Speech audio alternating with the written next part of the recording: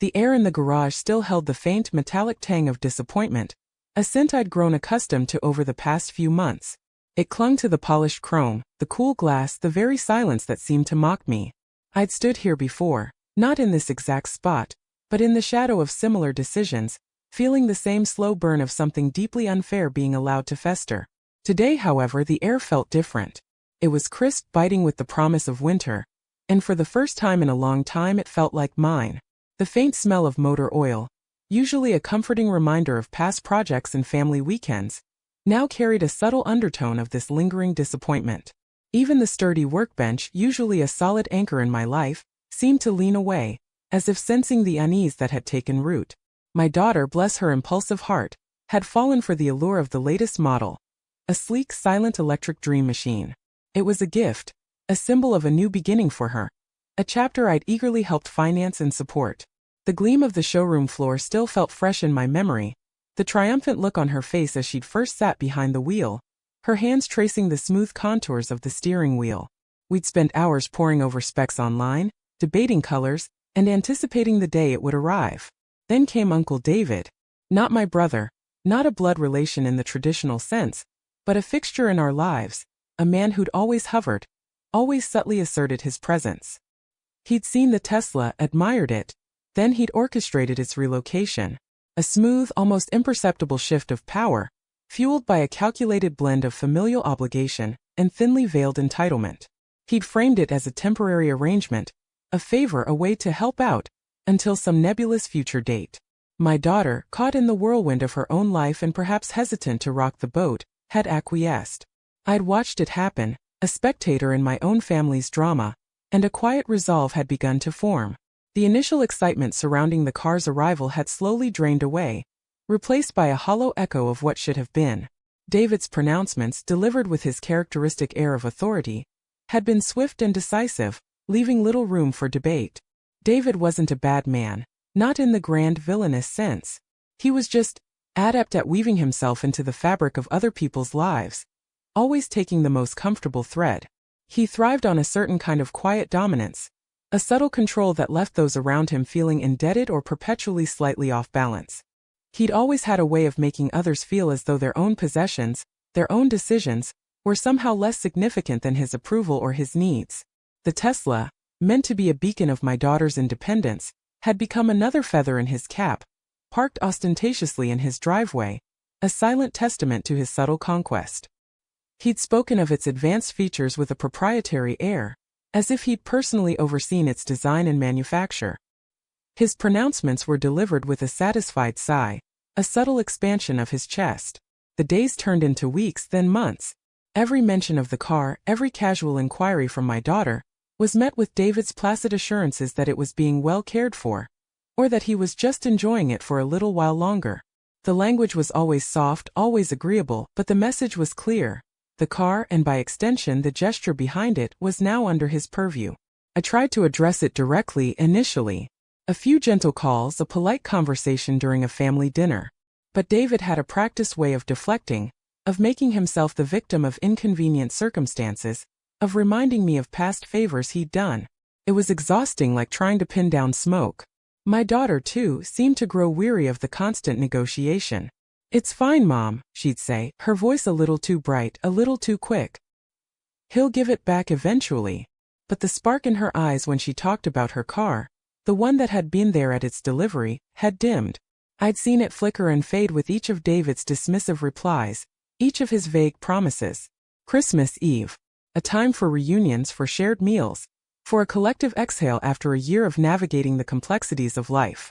David had, predictably, invited himself to our gathering, bringing along his own brand of holiday cheer, which usually involved subtly drawing attention to his latest acquisitions. He'd arrived with his usual flourish, a well-meaning but self-important presence. The scent of pine needles and simmering mulled wine filled the air, a stark contrast to the metallic tang that had been my recent companion. The conversation, as it often did, circled back to possessions, to advancements, to the latest marvels of modern technology. And then David, with a casual flick of his wrist, mentioned how much he was looking forward to taking my daughter's car for a long drive out to the coast in the new year. A little trip, he'd called it.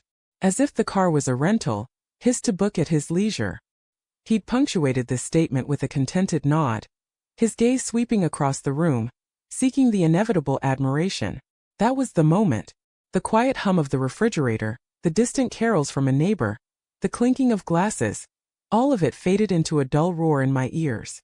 It wasn't about the car itself, not really. It was about the casual disregard, the assumption of continued access, the ongoing erosion of boundaries. It was about the way he'd taken something meant for my daughter and, with a smile and a few well-chosen words, made it his. The sting was sharp, not of anger, but of a profound weariness. I'd had enough. Enough of the polite deference. Enough of the silent acquiescence. My hands, which had been resting casually on my lap, tightened into fists, the knuckles turning white. The festive decorations, the twinkling lights, the cheerful chatter suddenly felt like a thin veneer over a simmering injustice. I didn't make a scene. That wasn't my style, and more importantly, it wasn't effective with David. Instead, I excused myself, a quiet excuse about needing to check on something in the garage. The drive back to my own house, which was only a few blocks away, felt like a journey through a shifting landscape. The familiar streets looked different, imbued with a new purpose. The houses, decorated with festive lights, seemed to watch me as I passed, their windows glowing like watchful eyes. I parked in my own driveway, the house dark and quiet, a stark contrast to the boisterous atmosphere I just left. The silence of my home was a welcome embrace, a place where I could finally think without the cacophony of familial obligations. I knew where David kept the key fob. He was meticulous, almost obsessively so, about his possessions. He had a designated spot, a small ceramic bowl on a console table just inside his front door. He'd shown it to me once, almost as a point of pride, a testament to his organized mind. It was a foolish oversight on his part, born of overconfidence. I went to my own garage, retrieved a spare key fob that was always kept in a drawer for emergencies, a fob that, through a series of fortunate circumstances and a foresight I hadn't fully appreciated until now, was still programmed for my daughter's car. It wasn't a grand heist, no breaking and entering. It was a simple act of retrieval, facilitated by a forgotten piece of access. The drawer, usually cluttered, seemed to offer up the key fob with a silent nod of encouragement. The drive to David's house was short. The street was quiet, the houses adorned with the festive glow of Christmas lights. His Tesla sat in his driveway, a dark, silent silhouette against the snow. I pulled up beside it, my own car idling softly. I got out, the cold air a shock against my skin. The key fob felt surprisingly heavy in my hand. I walked to the driver's side door, a knot of nerves and resolve tightening in my stomach. A quick glance around, no one. The street was deserted, the world seemingly holding its breath. The crunch of my boots on the snow was the only sound, a rhythmic punctuation to my clandestine mission. With the silent press of a button, the door unlocked. The interior lights flickered on, casting a soft glow on the minimalist dashboard. The leather seats felt cool beneath my fingertips. It was just a car, a machine, but in that moment it represented so much more. It represented a stolen sense of autonomy, a borrowed independence. I slid into the driver's seat, the familiar scent of new car and a faint hint of David's cologne filling the air. The faint aroma, usually unobtrusive, now seemed almost like a personal affront. I put the car in drive, the silent acceleration unnerving even after all this time. I pulled out of his driveway, a quiet ghost in the night, and headed back towards my own home. The car moved with an effortless grace, a silent promise of freedom. I parked the Tesla in my garage, the same garage where its journey with David had inadvertently begun. I locked it, the click of the mechanism echoing in the stillness. I stood there for a moment, the silence now a comfort, not a taunt. The air, once thick with disappointment, now felt clean. The shadows in the garage seemed to recede, replaced by a sense of calm ownership.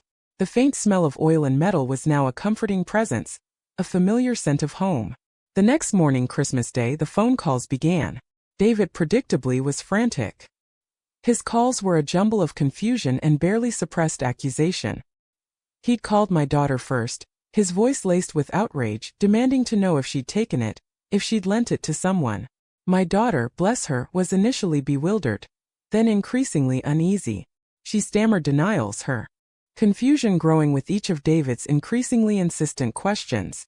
I could imagine her on the other end of the line, her voice laced with uncertainty, trying to navigate his escalating anger. Then he called me. His voice, usually so smooth, was rough around the edges. He demanded an explanation. He spoke of trust, of family, of how this was ruining Christmas. I listened patiently, my own voice calm and steady. I didn't raise my voice. I didn't accuse. I simply stated the facts, delivered with quiet precision. I explained that the car was intended for my daughter, that it had been in David's possession for an extended period without a clear timeline for its return, and that as it was technically still registered in her name, and I had access to a working key, I had decided to bring it home for her to enjoy on Christmas morning. The explanation, delivered without emotion, felt like a perfectly aimed arrow. The silence on the other end of the line was palpable.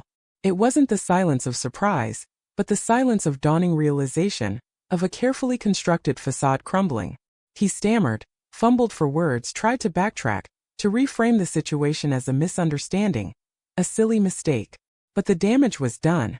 The carefully cultivated image of helpfulness and benevolent ownership had been exposed for what it was, a quiet appropriation. His carefully constructed narrative had shattered, leaving him exposed and flustered. Later that day, when my daughter arrived, her eyes widened at the sight of the Tesla parked in the driveway, gleaming under the crisp winter sun. Her confusion quickly turned to bewildered delight. She hugged me tightly, a silent acknowledgement of a debt repaid, a wrong righted. The joy on her face was a balm, a quiet victory that needed no grand pronouncements.